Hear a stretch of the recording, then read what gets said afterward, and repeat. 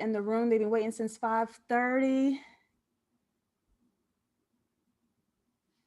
We're going live. And we're on. What's up, everybody? Let me show all my buttons. My tech is working. I see people in the chat. I see y'all in the room. Shout out to the people who are waiting since 5:30. Y'all are real as hell. What? That's super fire. Thank you. I'm so happy that you're happy to be here. That makes a world of joy for me. I am JustLatasha, your host of this evening. Welcome to a film dissection. I do this live every Monday at 6 p.m. EST over here on YouTube. And we go through a ton of TV shows. We go through a ton of movies. Last year, we did Insecure season 4. We did Lovecraft Country. We did I May Destroy You. And then we just been kind of picking up whatever movie we felt like it from every week. So make sure you are subscribed to the channel. Make sure you're leaving some love in the chat. Make sure you're starting this video off with a thumbs up. Tell YouTube you love this video. All right, that helps a creator like me so much. And while you're at it, please follow me on social media. I am JustLatasha on Instagram, JustLatasha404 on Twitter. And Patreon, y'all gonna get it this month. I swear to God. Oh my God, Patreon, I'm gonna make such good goddamn love to you this month. Listen to what we got. Patreon.com/JustLatasha. On Sunday, the 17th, we are doing Outside the Wire. New film coming to Netflix. All right, starring Anthony Mackie, starring Damson Idris from Snowfall, and who I discovered I love so bad. I love him so bad. 2 beautiful Black men starring in this movie. So we will be dissecting that only on Patreon this Sunday, 3 p.m. EST, Outside the Wire. And of course, we did, Twitter just dropped the hottest trailer. Everybody's already talking about it. We see our queen Zendaya doing it. Only on Patreon, we are dissecting Malcolm and Marie. February 7th. The movie drops February 5th on Netflix. So if you are not a patron, you will not see the dissection for that movie. I'm so excited about these 2 coming up. Patreon's going to get it so good coming up. Let me see who's in the chat because tonight's going to be good. Shout out to Sydney, who was here nice and early, who says, I saw this movie on shrooms and it changed my life. I don't know if you mean that in a good or bad way. I'm going to leave that up to the universe. Hi, Damara, who says, before the chat gets lit, all I want to say is I miss Boozy Brunch. Boozy Brunch is a live show I used to do on Patreon. But I wanted to streamline my content. If we talk about movies, let's talk about movies. Let's do it. Okay, but it was a great show. Thank you, Tamara. Khaled, my patron, is here. Cassie is here. What's up? CJ, my patron's here. Christina's here. Marcelli, LB, my patron's here. I see y'all in the chat. This is going to be good. I'm glad we got a nice, good crowd here because we have somebody special joining us today. And for my audience, now look, we got company tonight, okay?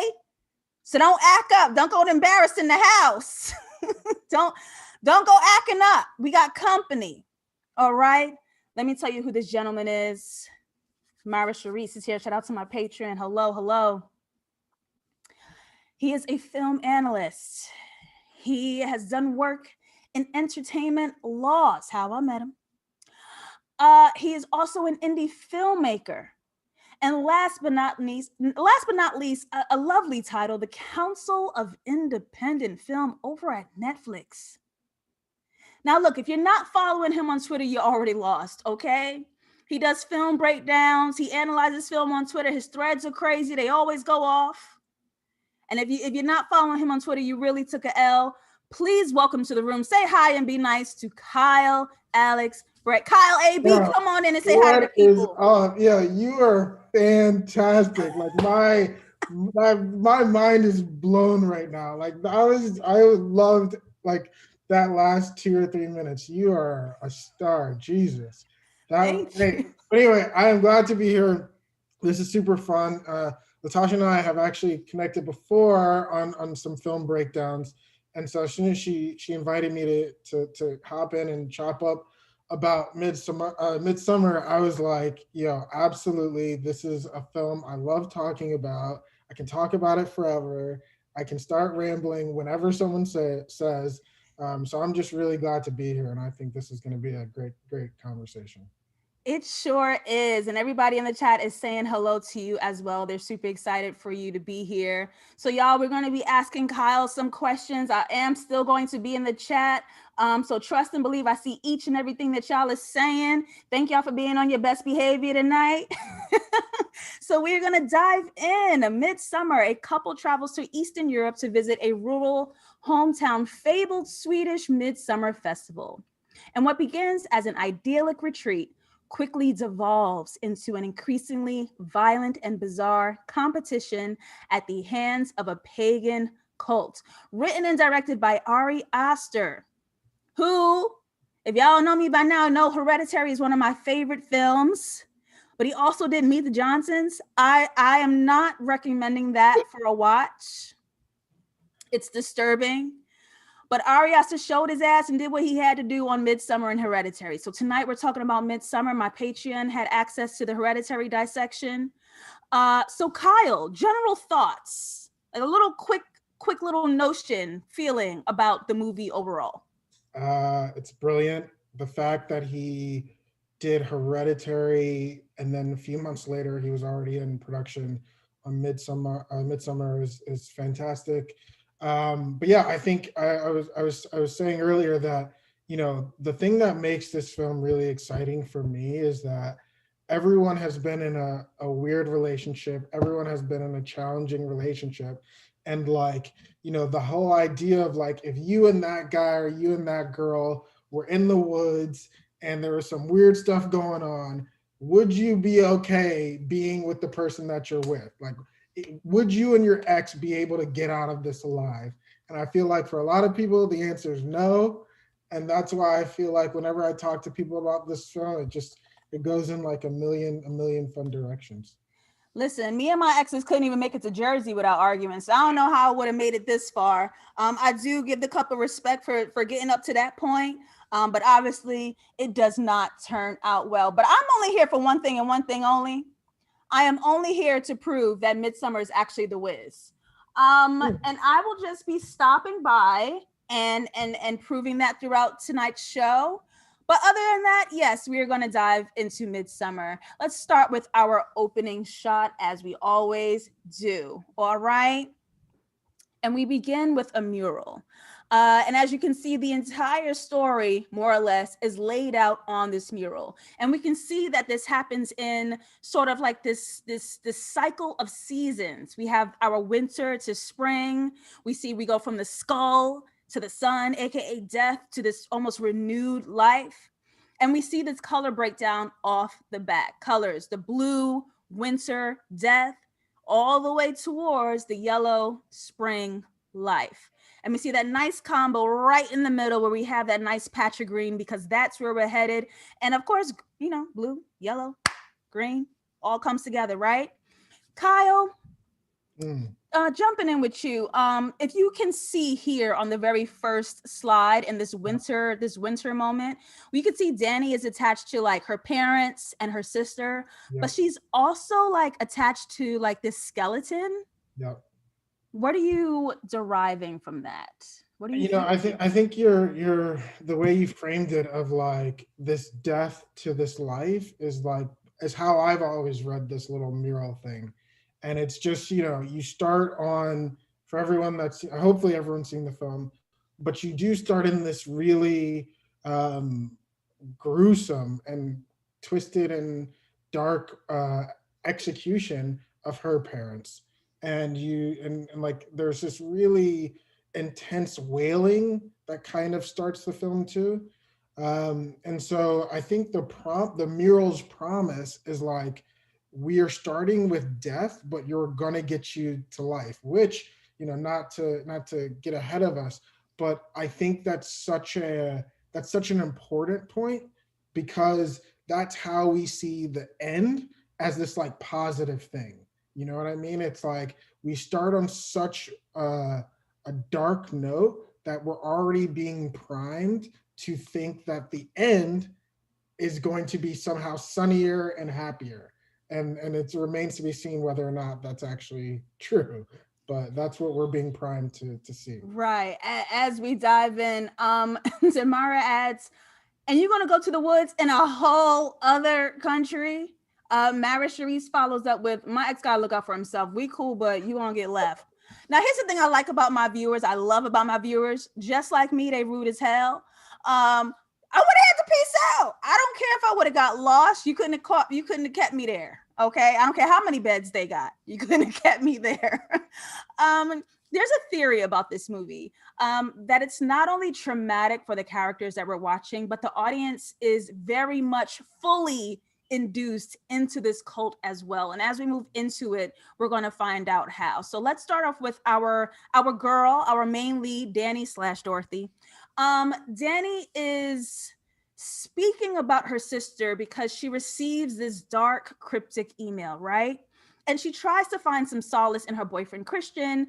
And she's literally having this emotional breakdown, crying, but she's pretending on the phone that she's fine. And we can see this lie in the visuals. We see Danny in this mirror versus when she's like having this moment at the computer.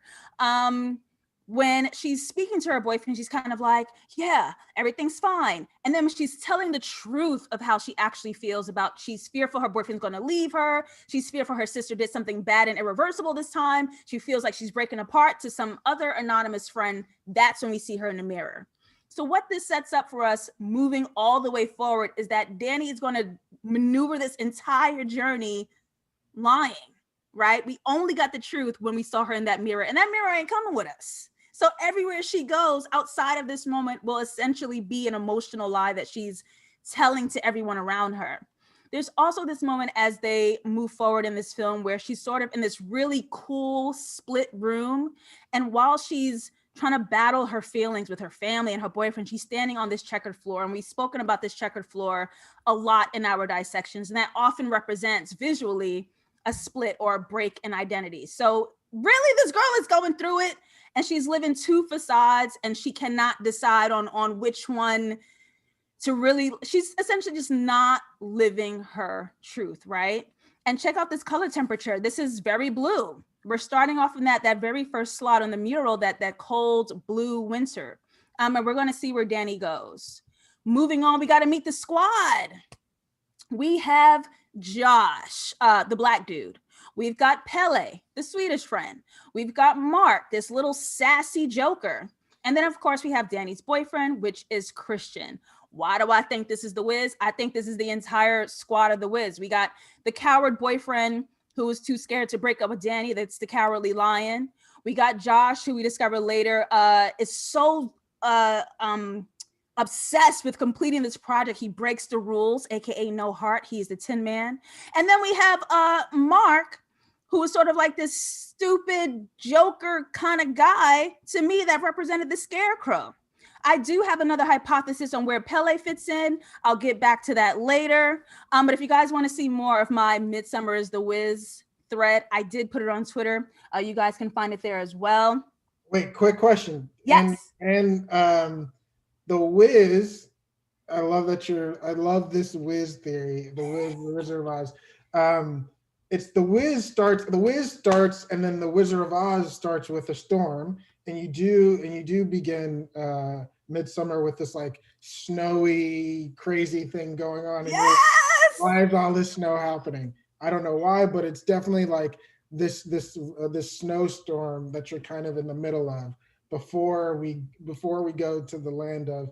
The other thing I wanted to say is that I think the Wizard of Oz Wiz, and the checkered floor also reminded me a little of Alice in Wonderland, like before you start going down this rabbit hole. But I think that your identification of these three guys are like the three archetypes is so damn good. It's really Thank you. And that completely happened by accident because I was doing work for Patreon and the general access dissections on Monday night, and I was like, these are the same damn movie. And I was like, no, everybody has to hear this. It's the same damn movie. Yeah. And so we also talk about the color red a lot in these dissections, and it doesn't escape me that these characters are sitting on this big red bench. And I would usually ask myself here, like, so what are the cautions? What are the dangers? What are the wounds here? And start thinking about where emotionally all these characters are. We have Christian is Mark's wound because he's killing the vibe. Mark is like, I'm trying to have a good time. Your girlfriend's calling. Either you're going to fuck her or not. Like, I don't know what's going on. Just please put the phone down. Like, Mark is over it.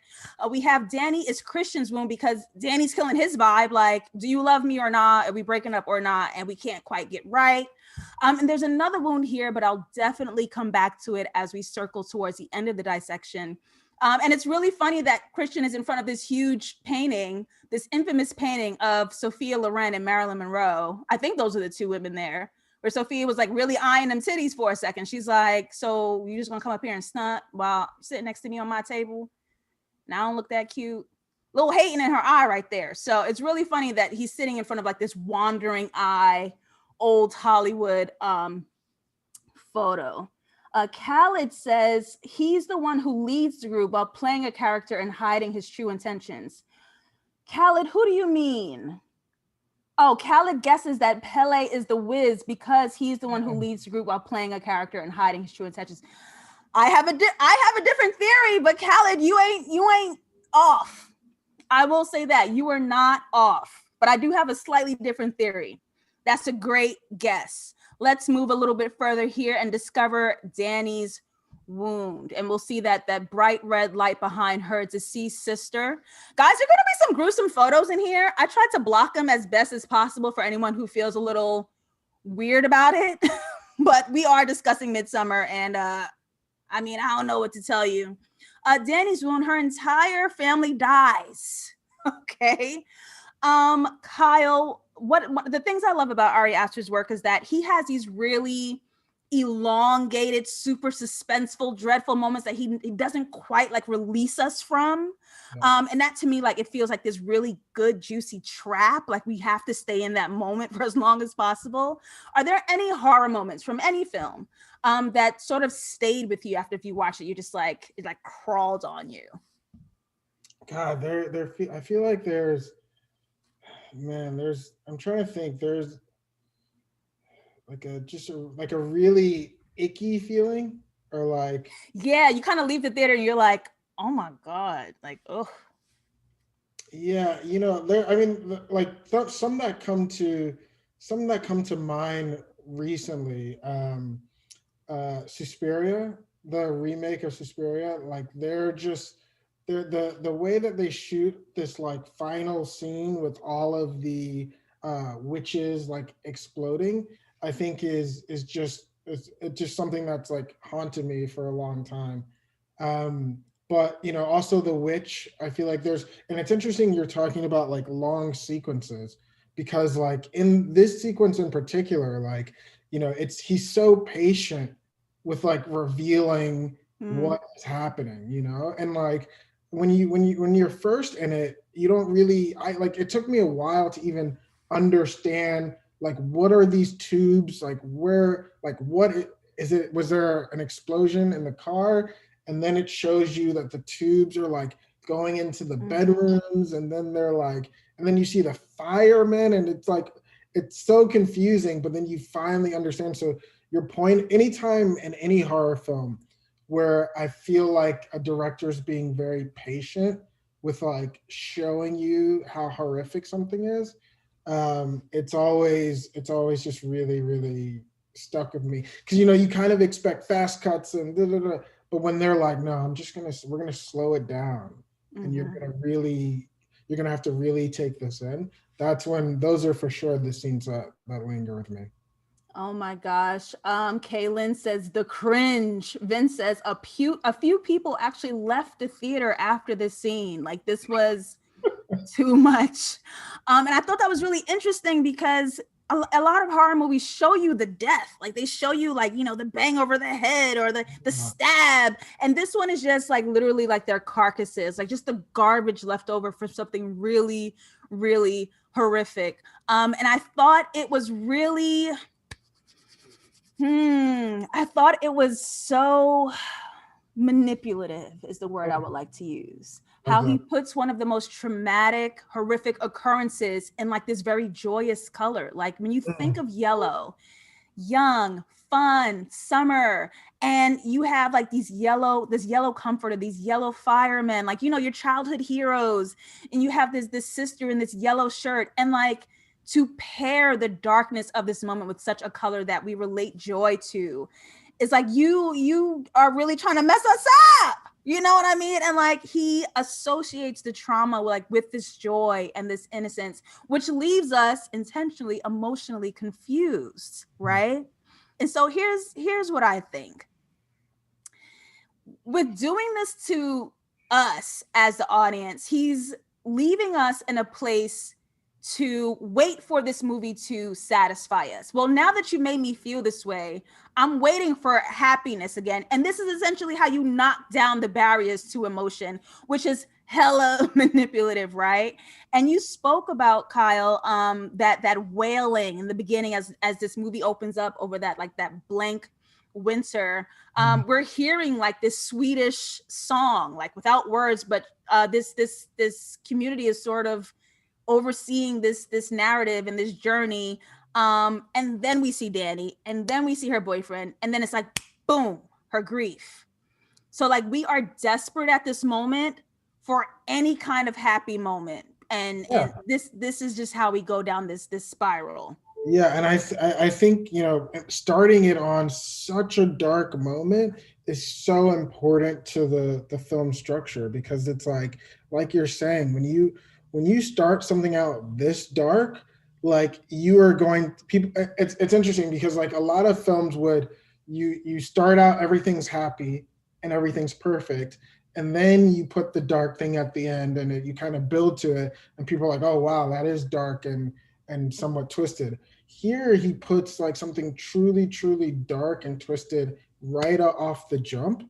So then you're like, okay, I got to get out of this. Like, and so I think that like that inclination of like, okay, I need to get out of this. Like, we need happier, we need more sunshine. Like that, he's already has leverage on you now. You know what I mean? He already can be like, okay, good. You want sunshine? Let's go somewhere happy and sunny. Okay, cool. Let's stay here. Let's stay here. And then he just keeps like heating that up on you very slowly, but it's great. Yeah, a lot of people in the comments are saying how dark this is and how they pretty much can't see. And this is me brightening the images, you guys. Also understand that Zoom and YouTube are compressing it, so I'm sure it's still getting darker anyway. But the movie was literally this dark. I was like, let me brighten it so we can't even see what we're talking about. But yeah, guys, it's very, very, very dark. Just pointing out more visual parallels here again. Danny breaks down in her grief, lets out this guttural cry in her boyfriend's arms, and we can see these images looking exactly like the mural. Again, with more visual parallels, we do this really cool 180 flip with Danny. She's sunken in this depression. One side of her, we see this girl meeting a bear in this sunshine yellow. On the other side, we see her very blue boyfriend, who we know, spoiler alert, becomes encompassed in this bear at the end, and really like brings setting in those visuals there. So let's dive into Pele. Okay. He snuck in like a thief in the night. He was quiet. He ain't got no opinions. He ain't got no goals. He's just kind of floating through, right? He's sort of blending into the background in these very muted colors, and he feels so kind and soft and non-threatening. And here's what is my issue with Pele. He's the first one to remind Danny of her grief, and in a split second, he relates to her. And this is classic abusive manipulation. This is classic emotional manipulation, where you're like, you give someone the trauma and then you give them joy. And it's like this emotional bungee, like ripping through you.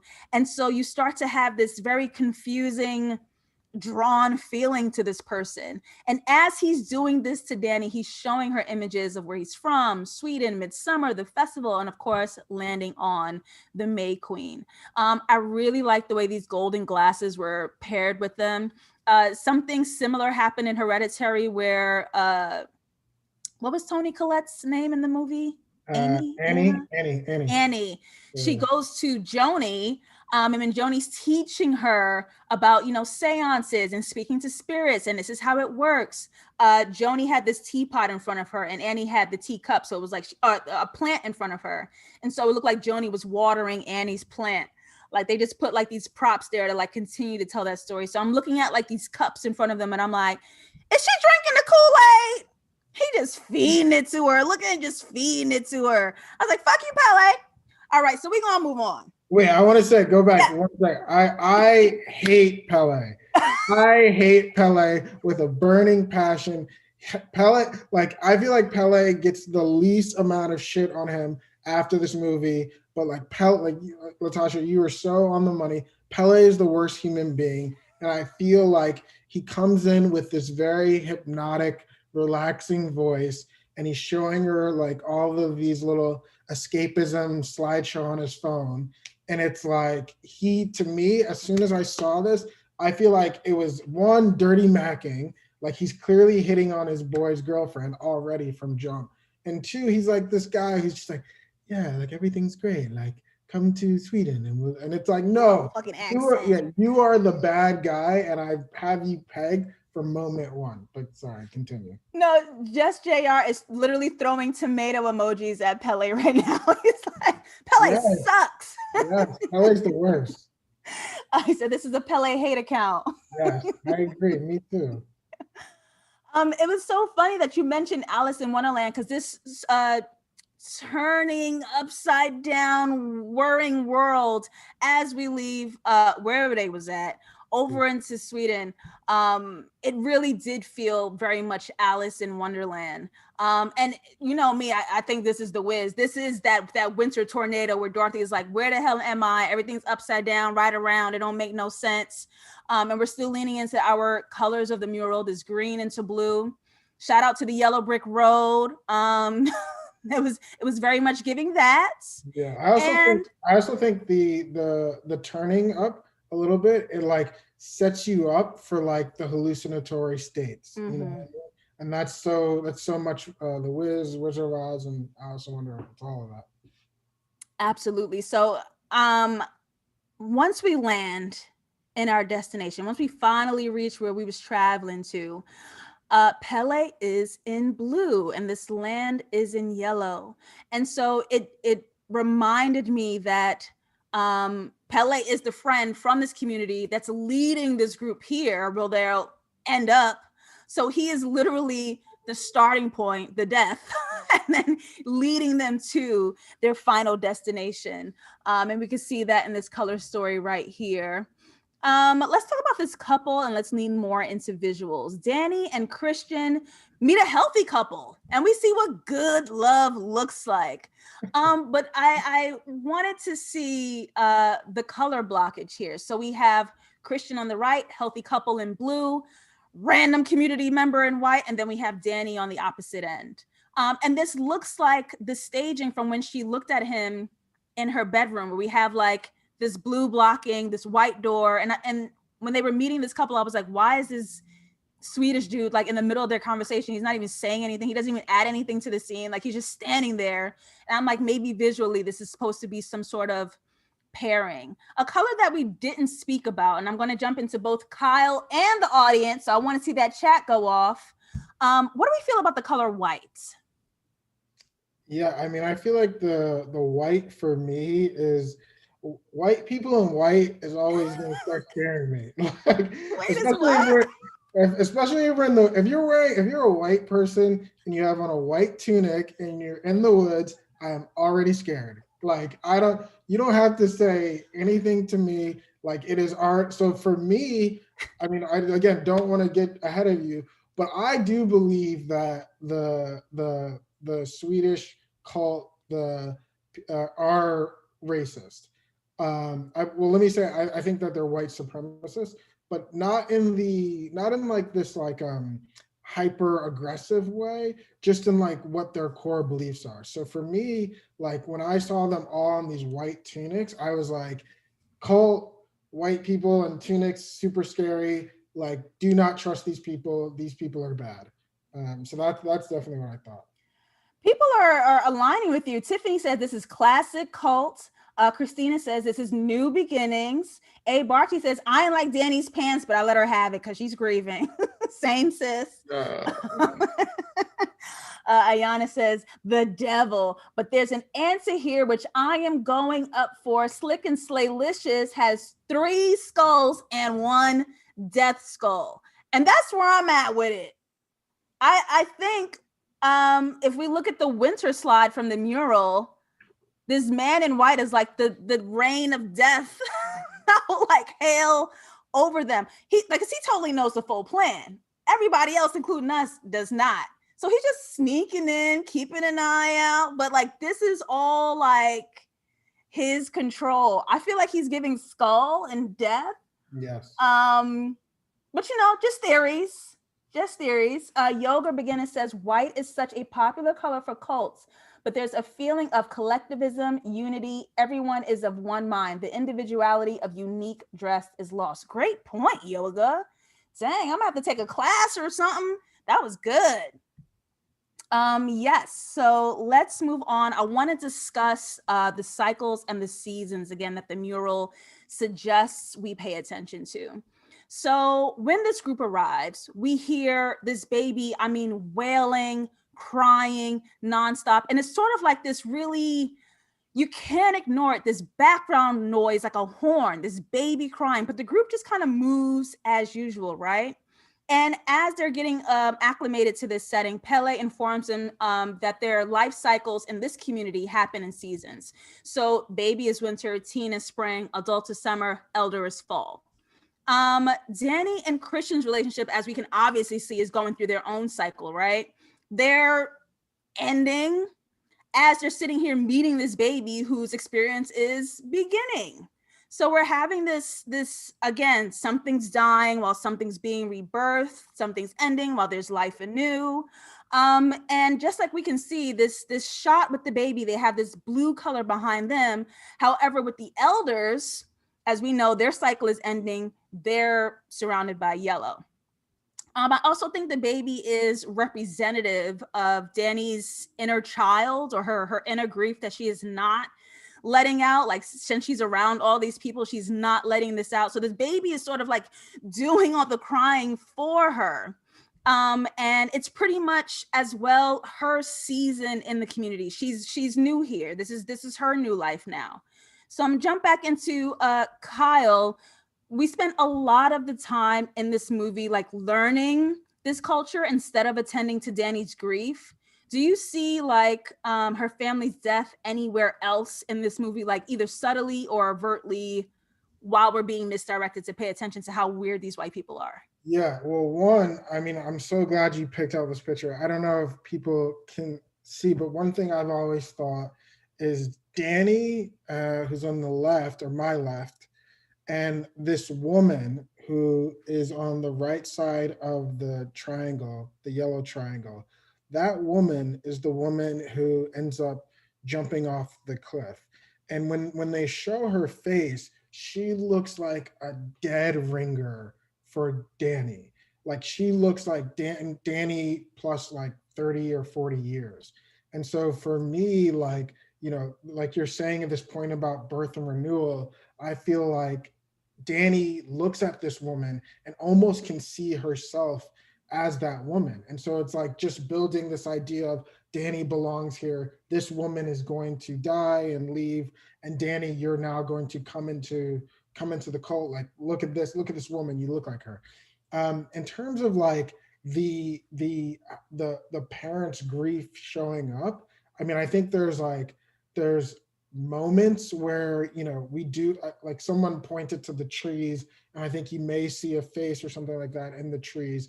But in terms of like just the grief showing up, like I think her grief makes all of this possible. You know what I mean? It's like without, like, if you truly did not have that intense grief in the beginning, I don't think you have Danny desperately looking to her boyfriend for like support. And then you don't have her willing to go on this, impose herself on this adventure with her boyfriend's friends to find a support group. And then once she's amongst the Harga, she's now looking for a family. It's like whether or not it overtly shows up, Danny's need for a family like is what continues to run through this family. It's why she first, like I said, she first relies on the boyfriend's friend group so much. And then when they start getting picked off one by one, she now needs a new support network. And that's when the Harga steps in and they're like, we will support you. So yeah, it runs through the entire thing for sure. Absolutely. LB says the screaming baby would have been another reason for me to leave. I'm with you. I'm definitely with you on that one. Yes, yes to all of that, which is we were so disturbed as soon as this movie started that we don't even care at this point how weird this community is that it's just like at least it's not that. It's at least it's not where we came from. We're in the sunlight, we're outside, it's green. These people are nice and we'll take it. Like they got us so good. But Serenity 6831 says this elder is fall. It sure is. It sure is. And we watch horrified as the elders fall to their death in traditional ceremony. So here's what's really cool for me. We identify obviously with these Americans who are visiting this community and they're screaming and wilding out and this is crazy and we can't believe it. But the movie mutes them. The screams are so quiet. So we're caught emotionally between two worlds. It's like we identify with the normal feelings of being like, oh my God, this is horrific and this is crazy. But like babies, we learn what to react to. We can see the people in the community accepting it. This is just normal every day. They're 72. It's time for them to go. Like, what are y'all going crazy for? Like, relax, right? And this is how we treat babies. I remember my friend's baby was running. Of course, the baby fell. And the first thing the baby did was look at me. And I was like, you so silly. Get up off that floor, baby. And she did. Had I been like, oh my God, you fell. Are you okay? The baby would have learned to cry and be afraid. And I knew in that moment that I manipulated the baby to feel a certain way. And this is exactly what the cult is doing in this moment. Like, why are y'all screaming? Like, are you okay? Like, no, are y'all okay? Why are you doing this to your elders? And this right here is removing our defenses so bad that this is what I call a cult crack. Okay? The cult has cracked us and it has cracked Danny. Usually what we say in this room is a face crack. When some other character comes in and busts the protagonist's ass, we'd be like, that's a face crack. This is a cult crack right here. This is so disturbing that we and Danny have officially been indoctrinated. This is the very moment it happens. Because first, they pair a super traumatic death with this beautiful color, and then they normalize a gruesome death. So now, if we see anything else, we're kind of cool with it. Because, like, I mean, now emotionally, we're ready for anybody else to die, and they show us.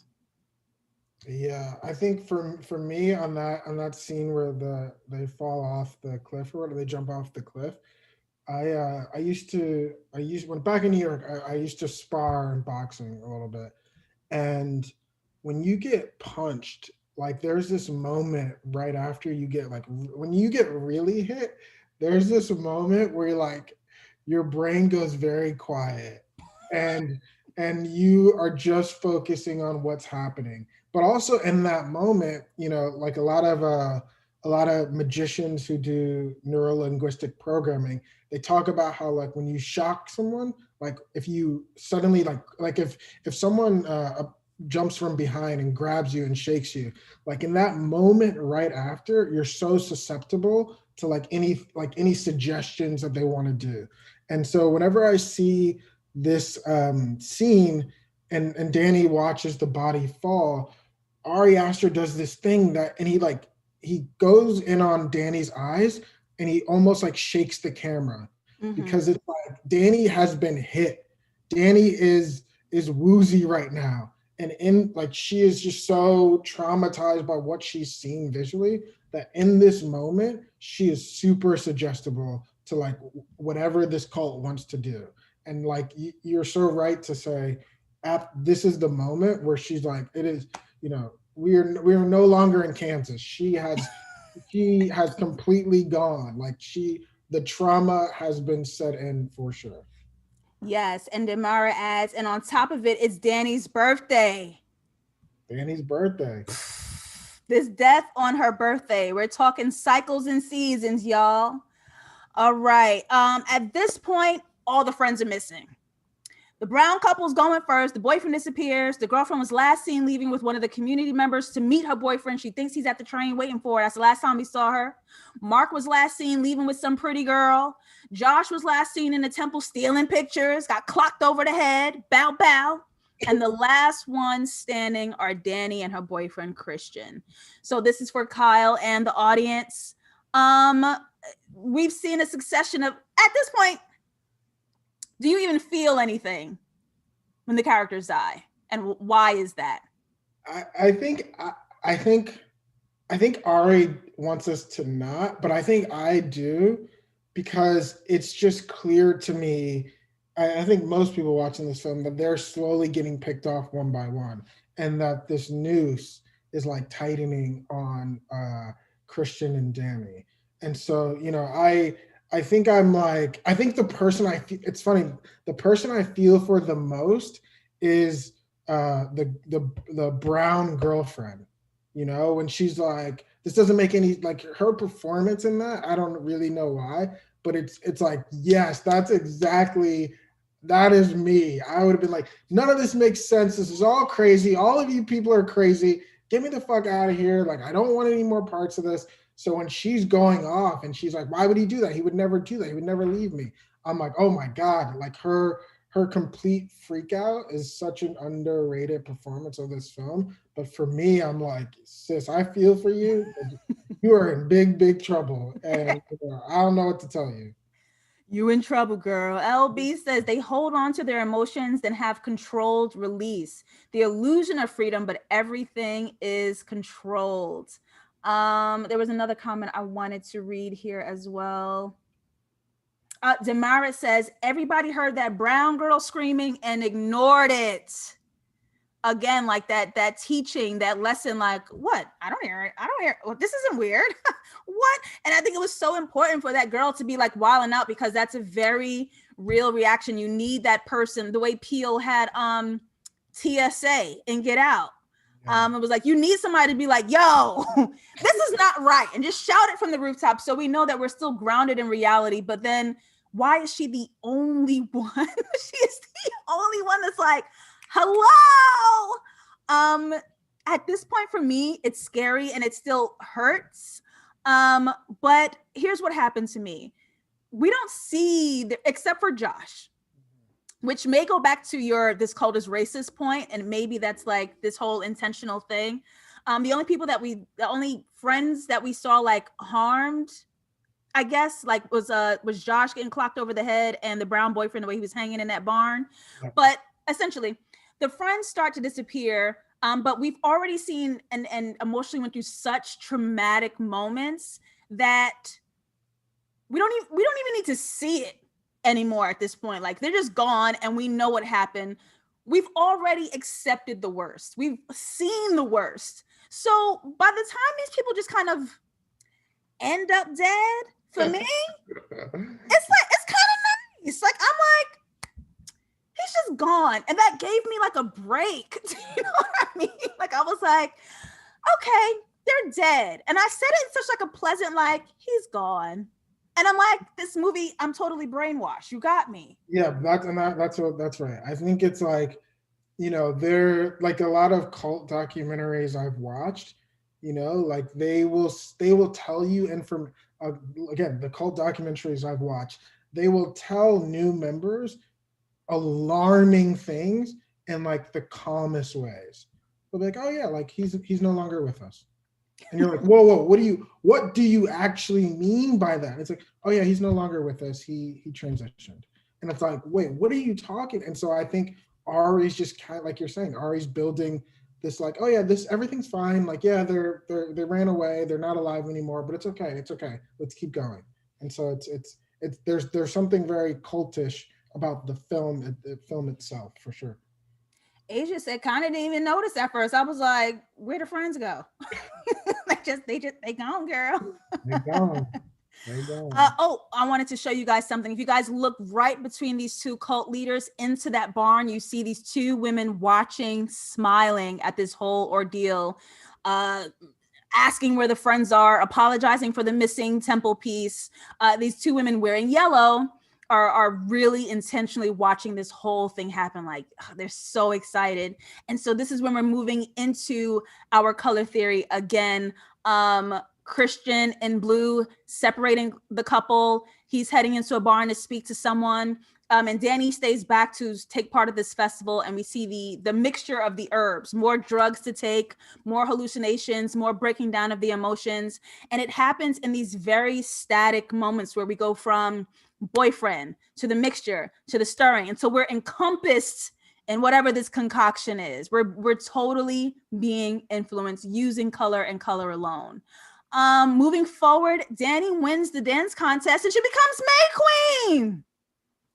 Kyle, do you think the May Queen is like an honest tradition in this community, or are women from outside of the community stalked and kidnapped? Like every May Queen. Woo. I mean, that would be terrifying. I think, but I do think there is some like incest happening in the cult. So I don't know if all of them are kidnapped, but that would be the thing I can't figure out, and the thing that I think you're getting close to is like, why did they need Danny? Like, why was Pele so keen on bringing her? You know what I mean? And it's almost like, how did he know that Danny was going to end up there? Because if it had just been a guy's trip, then there is no woman to bring. But like, did he somehow know that if he invites all these guys, then Danny's gonna want to come? Like that to me is where my mind is at with it. Like, how did Danny really come into the cult event when there was like the perfect opportunity for this new quote unquote May Queen? So I have so many questions about it. Yeah. I have hella questions because Danny was staring at this wall like, wow, like hella ladies became this phenomenal May Queen. And like, we had no idea that she'd even be considered in the running. Like, what made this community like accept this stranger so easily? So then I was like, okay, if this is tradition, are all these ladies stolen and brought into here? And like, I don't quite know. But nonetheless, Kaylin Glenn says something really powerful here. Cults give you an illusion of acceptance while gaslighting you the whole time. Yes. This is hella confusing for Danny because she wins something. She's getting hugs. They're praising her. She hasn't gotten this attention since the trauma. And this is a celebration. And she hasn't had a moment to grieve. And in this moment, she's literally watching her boyfriend like leave her. And this is so confusing. Like, should I be celebrating or should I be worried about this thing that's actually happening? This is the Wiz, okay? This whole dinner scene is exactly the Wiz. I just wanted to come in and throw that back in there, hold that in your lap. But Christian is becoming isolated, totally turning the tables for the two characters. Because as we saw in the beginning, Danny was all alone while Christian had his squad. And now that we've come here, Danny is gaining this entire community while Christian is all by himself. So we spoke about life cycles, and I wanted to come here to discuss fertility because there's this like this moment, it's like this moment happening for both of them. And we're having sort of a birth for both characters. We have Danny meeting the baby of the community and being the baby of the community. Danny relating or connecting to this woman in this cult, and they mirror this Midsommar symbol. And even the symbol itself looks very like uterine like it's giving like ovarian and uterus, like it looks very feminine to me. And you literally have Christian impregnating a woman. So just throwing out questions. Y'all ain't gotta answer this, but I just want to know how Danny would feel seeing a little boy look like her ex-boyfriend's face running around the farm in a few years. And what if the little boy looked just like him? Like, you know what I mean? Like, you got to see this baby's face and be like, your daddy died in a bear. Like, I would say that to him just off the strength of like my own revenge. But that's neither here nor there. But You I know, thought this moment.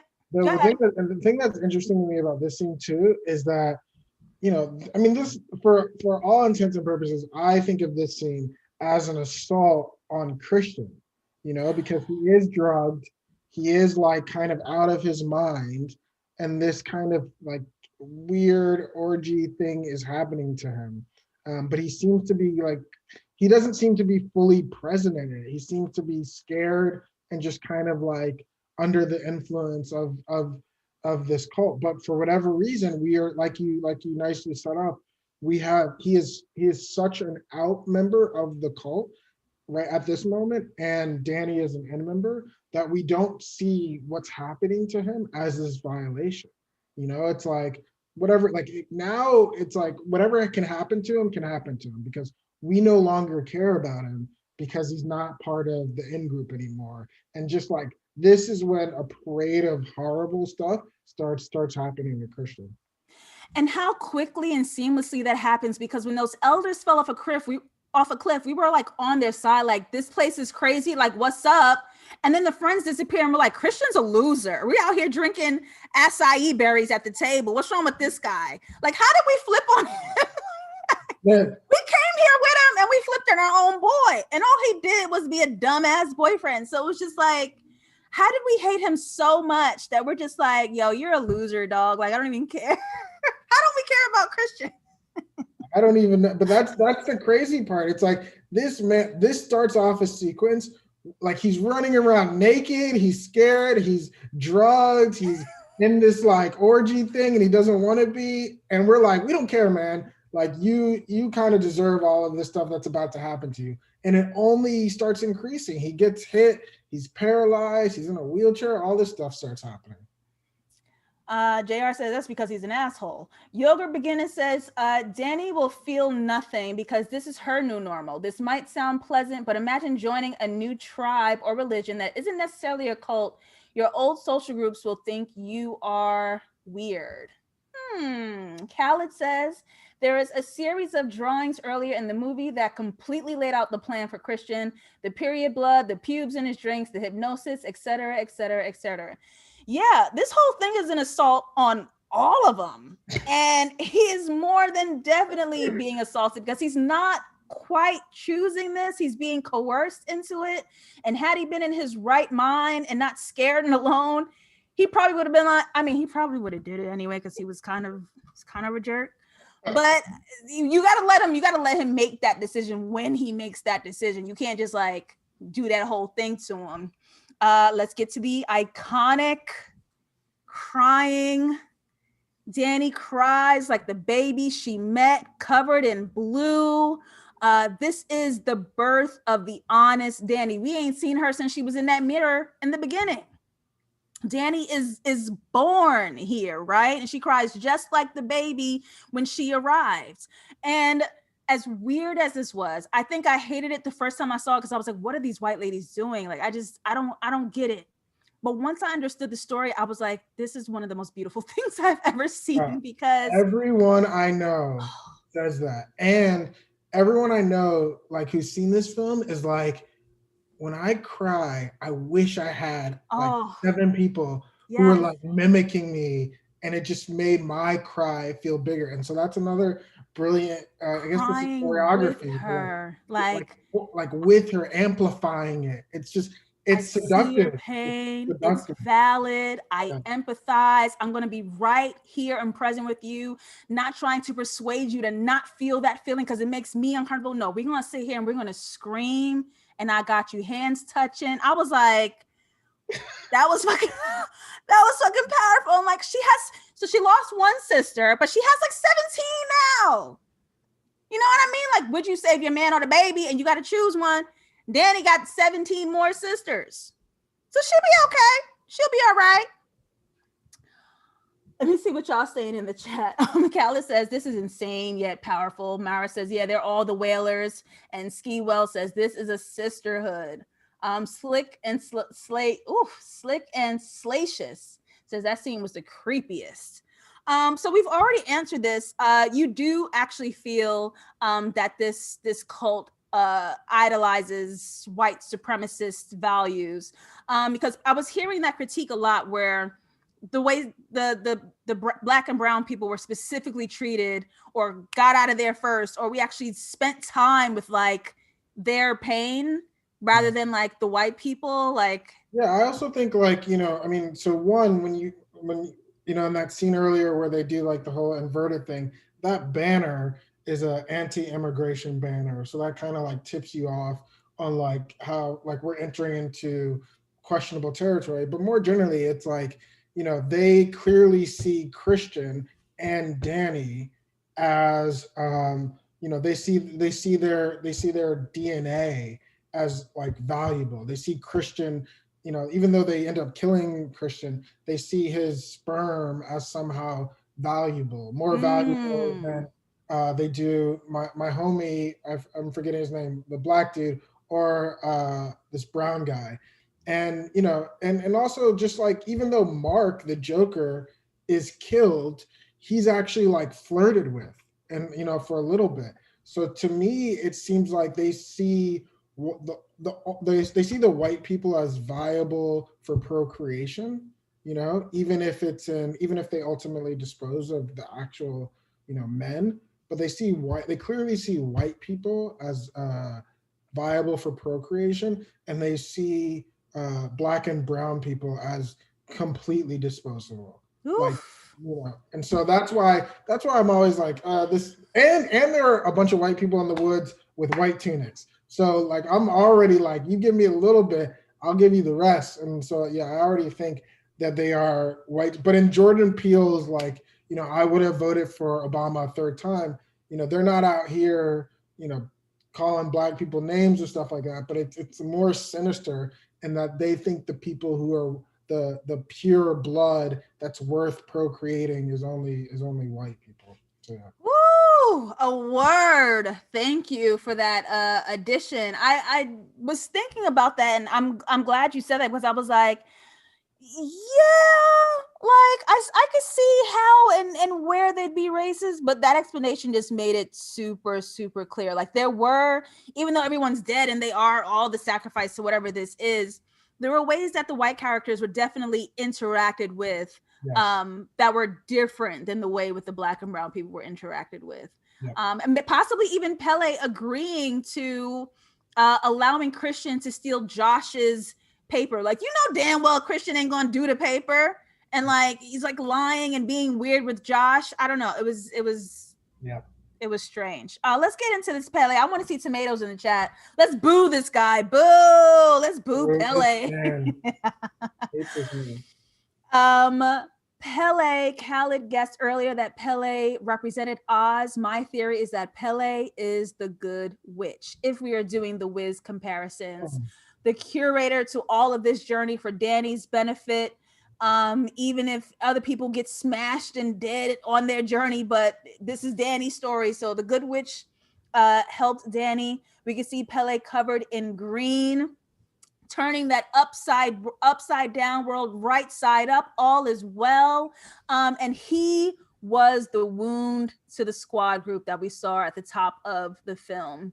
And really, if we're thinking about that mural where we go from blue, yellow to make green, he is the solid foundation to the entire season. He's going to curate this entire experience, and we see him right here draped in green, leading to the death of Christian. And I also have here a clip from Hereditary. I don't know if this is a director's obsession. Sometimes directors include visuals that they'll continue per movie, even though the movies aren't quite related. But using this visual of Paimon the demon winning the body of Peter in Hereditary and being in this yellow triangular clubhouse with Midsommar's visuals, Christian inside the bear burning in this yellow triangular clubhouse. Very similar visuals here. We don't know what the fuck Christian did that was that bad to get here. But low-key, I didn't care when he died. I was like, now thinking about it, I was like, dang, he kind of sucked, but I don't know. Thank you for the tomatoes in the chat. I don't know if he deserved all that. Yeah, I think it's amazing because it's like the villains are the Harga. The villains are this cult. But by this film's end, we are so happy that Christian is going up in flames, and it like continues to baffle me why this is the case. But like you said, like he's a terrible boyfriend. He is a categorically terrible boyfriend. But he's assaulted, he's paralyzed, and he's put in a bear carcass, and he's lit on fire. Like he suffers a really awful death that Ari Aster somehow makes us see as like the victory of the entire film, which is, and like I said in the beginning, he sets it up with this like awful death. So we kind of need a victory in the end.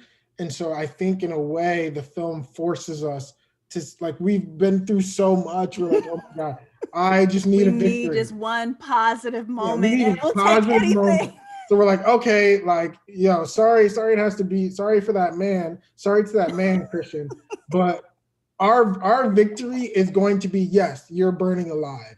And then when Danny smiles, it's like, boom, that's our victory. Yeah, I want to actually speak about this death because we said from the mural that this is the cycle. This is like the last destination. And if the elders were positioned in front of this yellow home before they met their death, and if Christian dies inside this yellow home, I wanted to pay attention to when they carried Danny, the appointed May Queen, through this yellow carriage, not even going anywhere specifically. So I was like, why would they need this yellow carriage? And I was like, was it a carriage or was it a casket? Because in order for Danny to do that guttural cry with her new sisters, in order to let in a new identity, you got to let go of the old. So I think Danny died here.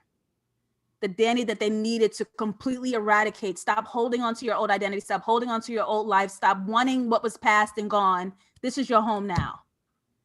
And this is just the travel between her old self and her new self. We need her completely broken down so she accepts this new world. And I think they both died. Christian in the physical, Danny in the emotional. To where we have the rebirth, the final shot, the fertile new life. Danny has come full circle from lying about her feelings with her boyfriend to smiling at the end, watching him die slowly. Kyle, do you think this is joy or complete insanity?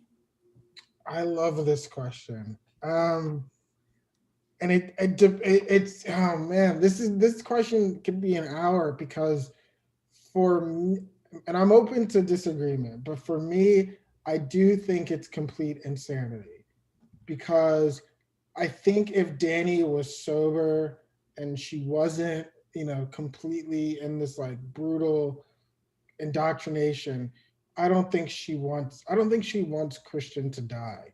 I think she's really mad at him, and she's really annoyed with him, but I think she wants to go home with him. And so for me, this smile is just like cuckoo. No one is home right now. You know what I mean? Like this is just her. This is how bad she's in it. So yeah, I think it's complete insanity. Many people though think this is her completely in her mind, happy that her boyfriend is on fire. And I was just like, good lord. But Yeah, she is. She gained a squad, but she is completely isolated. She has no family. She definitely has no boyfriend now. This is it. This is her last stop. Like she's in this cult, and like they made her happy to be here. Like, look, we got rid of your annoying boyfriend and his friends. Love us, right? And she's like, fuck it, I guess. Y'all got free meat. Like, it's cool. Like, I'm cool. Kyle, I want to thank you yeah, so much for joining me here for this dissection. What an evening. yeah, you are like, oh my God, you are a rock star. Your ability to just go through all of those with like ease is just so good. I'm like blown away right now. But yeah, this was fun, man. I literally love talking about this film, and this was perfect. This is a great start to my week. As dark as it is, it's a good start to my week for sure. Thank you so much. You guys have to follow Kyle's film analysis on Twitter. He makes such incredible threads. You please let them know where they can find you on the internet. Yeah, I'm on Instagram and Twitter at KYANTH. KYALBR. That's at KYALBR. My name is Kyle Alex Brett. And so those are just the first two letters of Kyle, Alex, and Brett. But What this did I was, say? Genius! Geniuses, guys. this is great. I'm like blown away. This is so fun. This is dope. Thank you. Thank you. I want to thank everyone here in the chat. Y'all are my family. I enjoy having you here each and every Monday for a live dissection at 6 p.m. EST here on YouTube. Subscribe right now. Thumbs up right now. Share button right now. Yes. Do it all. Do it all. And if you're not a patron, baby, what is you doing? Okay. We are dissecting Malcolm and Marie in February. So become a patron now. And we're dissecting Outside the Wire, starring Anthony Mackie and Damson Idris. Two amazing, incredible actors. Black men, we got to see that. But those are only on Patreon. Thursday, I'll be back with Piece of Script. Until then, I'll see y'all later, motherfucker. Oh, yeah. Follow me on social media, JustLatasha on Instagram and JustLatasha404 on Twitter. Kyle, hang on. I'm saying goodbye to my YouTube. Thank y'all so much. Mara, Serenity, Justin, Tiffany, A. Barty, Christina, LB, Celine, Khaled, CJ, Shaylin, Ayana. Thank you. And everyone I miss, Yoga, Tiffany, JR. Love y'all. See ya. Bye.